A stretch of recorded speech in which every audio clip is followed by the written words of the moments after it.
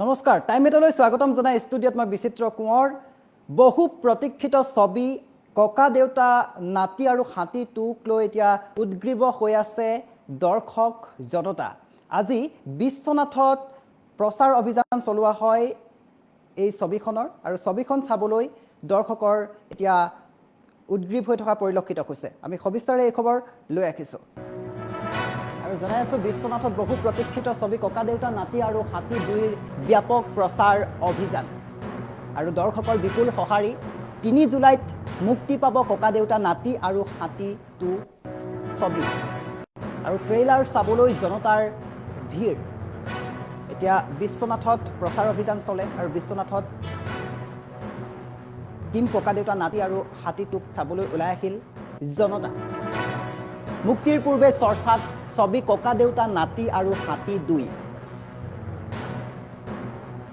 বহু প্ৰতীক্ষিত ছবিখনক লৈ এতিয়া উদ্গ্ৰীৱ হৈ থকা পৰিলক্ষিত হৈছে জনতা বিশ্বনাথত বহু প্ৰতীক্ষিত ছবি ককা দেউতা নাতি আৰু হাতী 2 চাবলৈ এতিয়া উদ্গ্ৰীৱ হৈ আছে দৰ্শক বিশ্বনাথত বহু প্ৰতীক্ষিত ছবি ককা দেউতা নাতি আৰু হাতীৰ ব্যাপক প্ৰচাৰ অভিযান আৰু দৰ্শকৰ বিপুল সঁহাৰি দেখিবলৈ পোৱা গৈছে দৰ্শকে সঁহাৰি দিয়া পৰিলক্ষিত হৈছে আৰু 3 জুলাইত মুক্তি পাব ককা দেউতা নাতি আৰু হাতী 2 ছবিখনে আৰু ৰাজ্যৰ প্ৰান্তে প্ৰান্তে এতিয়া প্ৰচাৰ অভিযান চলাই থকা পৰিলক্ষিত হৈছে ছবিখনৰ কলা কুশলীসকল উপস্থিত আছে বিভিন্ন প্ৰান্তত আৰু তেওঁলোকে প্ৰচাৰ অভিযান চলাই আছে আৰু এতিয়া বিশ্বনাথত বহু প্ৰতীক্ষিত ছবি ককা দেউতা নাতি আৰু হাতী 2ৰ ব্যাপক প্ৰচাৰ অভিযান দেখিবলৈ পোৱা গৈছে 3 জুলাইত মুক্তি পাব ককা দেউতা নাতি আৰু হাতী 2 ছবিখন ট্ৰেইলাৰ চাবলৈ এতিয়া জনতাৰ ভিৰ দেখিবলৈ পোৱা গৈছে টিম ককা দেউতা নাতি আৰু হাতী 2 চাবলৈ ওলাই আহিল জনতা আৰু আমি আপোনালোকক জনাইছোঁ এক ডাঙৰ খবৰ মুক্তিৰ পূৰ্বে চৰ্চাত ছবি ককা দেউতা নাতি আৰু হাতী 2 বহু প্ৰতীক্ষিত ছবিখন চাবলৈ উদ্গ্ৰীৱ হৈ আছে জনতা আৰু ৰাজ্যৰ চৌদিশে এতিয়া ককা দেউতা নাতি আৰু হাতী চাবলৈ উদ্গ্ৰীৱ হৈ থকা পৰিলক্ষিত হৈছে জনতা আৰু আপোনালোকক বিশ্বনাথৰ খবৰ জনাইছোঁ বিশ্বনাথতো এতিয়া প্ৰচাৰ অভিযান চলি আছে তীব্ৰতৰ হৈ উঠিছে প্ৰচাৰ অভিযান আৰু দৰ্শকৰ বিপুল সঁহাৰি দেখিবলৈ পোৱা গৈছে ছবিখনৰ ট্ৰেইলাৰ চাবলৈ ওলাই আহিল এইদৰে হাজাৰ হাজাৰ লোক আৰু 3 জুলাইত মুক্তি পাব ককা দেউতা নাতি আৰু হাতী 2 নামৰ এই ছবিখন বিশ্বনাথত বহু প্ৰতীক্ষিত ছবিখন চাবলৈ এতিয়া উদ্গ্ৰীৱ হৈ থকা পৰিলক্ষিত হৈছে জনতা আপোনালোকক এই দৃশ্যাংশ দেখুৱাই আছোঁ আৰু বিশ্বনাথৰ দৃশ্য এয়া বিশ্বনাথত প্ৰতীক্ষিত ছবিখন চাবলৈ এতিয়া দৰ্শকৰ উদ্গ্ৰীৱ হৈ থকা পৰিলক্ষিত হৈছে আমাৰ হাতত কিছু মন্তব্য আছে বিশ্বনাথৰ পৰা কিছু মন্তব্য আহিছে আমি সেয়া শুনাবলৈ চেষ্টা কৰিছোঁ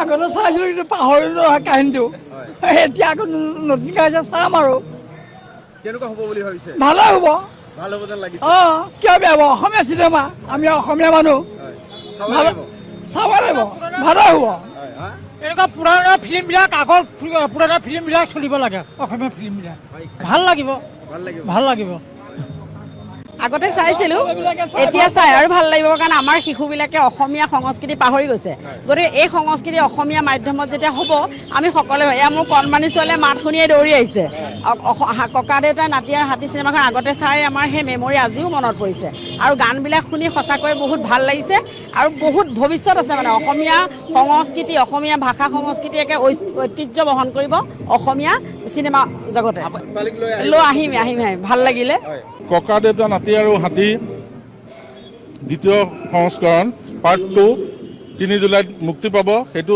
আমাৰ সকলোৰে বাবে অসমবাসীৰ বাবে আনন্দৰ খবৰ কাৰণ ককা দেউতা নাতি আৰু হাতী আমি সৰুকালত চাইছিলোঁ আমাৰ বাবে ককা দেউতা নাতি এখন চিনেমাই নহয় ই আমাৰ বাবে আৱেগ আৰু নষ্টালজিক হৈ পৰোঁ সেই তেতিয়া বিকুটৰ হাতীটো বৰ্তমানৰ মুখ্যমন্ত্ৰী ডক্টৰ হিমন্ত বিশ্ব শৰ্মাই যি নাতিৰ কেৰেক্টাৰ কৰিছিলে সেই কামপুৰৰ দলংখনৰ ওপৰেদি হাতী চলোৱা দৃশ্যটো গৰু গাড়ীখন সকলো আমাৰ মনত সজীৱ হৈ আছে এতিয়াও আমি সৰুকালত যদি চাইছিলোঁ সেইকাৰণে এই চিনেমাখন আমাৰ বাবে আৱেগ আৰু সেই সময়ত নাতিৰ চৰিত্ৰটো যেতিয়া আমি সৰুকালত চাইছিলোঁ সেই চৰিত্ৰটোত আমি নিজকে সুমুৱাই পেলাইছিলোঁ গতিকে আকৌ ইয়াৰ পাৰ্ট 2টো এতিয়া ৰিলিজ হ'ব প্ৰাইডিছ এণ্টাৰটেইনমেণ্ট টেলিভিশ্যন চেনেলে আকৌ এইখন দ্বিতীয় সংস্কৰণটো মুকলি কৰিব। তাৰ বাবে আমি অধীৰ আগ্ৰহে বাট চাই আছোঁ আৰু অসমৰ ৰাইজে এই চিনেমাখন আঁকোৱালি ল'ব আৰু আমি সকলোৱে গাঁৱে ভূঞে মানুহে দলে বলে আহি এই চিনেমা উপভোগ কৰিব। ক'ব লাগিব যে আচলতে আমি চাগে জন্মৰ আগৰে বৰ্তমানৰ মুখ্যমন্ত্ৰীগৰাকীয়ে হাতীৰ পিঠিত আছিলে, গতিকে আমাৰ জন্ম হোৱা নাছিলে। গতিকে আমাৰ সৌভাগ্য বুলি ভাবোঁ যে আৰু সকলো অসমবাসী ৰাইজক আহ্বান জনাইছোঁ যাতে এই চিনেমাখন সকলোৱে উপভোগ কৰক। খুব সুন্দৰ চিনেমা হ'ব বুলি ভাবিছোঁ, কাৰণ অসমৰ জনপ্ৰিয় যিসকল শিল্পী আছে সকলোৱে ইয়াত আছে, ইয়াত অভিনয় কৰিছে আৰু আমিও অপেক্ষাৰত, আমিও চাম। 3 তাৰিখে ৰিলিজ হোৱাৰ লগে লগে আমি চাম আৰু সকলোকে চাবলৈ আহ্বান জনাইছোঁ। অকণমান চাইছিলোঁ, আগতে চাইছিলে। কেনেকুৱা আছিলে চিনেমা? বঢ়িয়া লাগিলে, ভাল লাগিলে চাই। ভালেই, কেনেকুৱা হয় চাই লওঁ। চিনেমাখন চাম, ভাল নে বেয়া হয়। আগৰখন ধুনীয়া আছিলে চাবলৈ, এতিয়া এইখনো কেনেকুৱা হয় চাব লাগিব। অকণমান চাইছিলোঁ, আগতে চাইছিলে। কেনেকুৱা আছিলে চিনেমা? বঢ়িয়া লাগিলে, ভাল লাগিলে চাই। ভালেই, কেনেকুৱা হয় চাই লওঁ। চিনেমাখন চাম, ভাল নে বেয়া হয়। আগৰখন ধুনীয়া আছিলে চাবলৈ, এতিয়া এইখনো কেনেকুৱা হয় চাব লাগিব। অকণমান চাইছিলোঁ, আগতে চাইছিলে। কেনেকুৱা আছিলে চিনেমা? আগতে চাইছিলোঁ কিন্তু পাহৰিলোঁ কাহিনীটো। এতিয়া আকৌ নতুনকৈ আহিছে চাম আৰু কেনেকুৱা হ'ব বুলি ভাবিছে? ভালে হ'ব। ভাল হ'ব যেন লাগিছে। কিয় বেয়া হ'ব, অসমীয়া চিনেমা, আমি অসমীয়া মানুহ, হয়। চাব ভাল লাগিব। চাব লাগিব, ভালে হ'ব। হয়, হা? এনেকুৱা পুৰণা ফিল্মবিলাক আগৰ পুৰণা ফিল্মবিলাক চলিব লাগে, অসমীয়া ফিল্মবিলাক। ভাল লাগিব, ভাল লাগিব। ভাল লাগিব। আগতে চাইছিলোঁ, এতিয়া চাই আৰু ভাল লাগিব, কাৰণ আমাৰ শিশুবিলাকে অসমীয়া সংস্কৃতি পাহৰি গৈছে। গতিকে এই সংস্কৃতি অসমীয়া মাধ্যমত যেতিয়া হ'ব, আমি সকলোৱে, এয়া মোৰ কণমানি ছোৱালীয়ে মাত শুনিয়ে দৌৰি আহিছে। ককা দেউতাৰ নাতি আৰু হাতী চিনেমাখন আগতে চাই আমাৰ সেই মেমৰি আজিও মনত পৰিছে। আৰু গানবিলাক শুনি সঁচাকৈ বহুত ভাল লাগিছে আৰু বহুত ভৱিষ্যত আছে। মানে অসমীয়া সংস্কৃতি, অসমীয়া ভাষা সংস্কৃতি একে ঐতিহ্য বহন কৰিব অসমীয়া চিনেমা জগতে। ছোৱালীক লৈ আহিম, ভাল লাগিলে।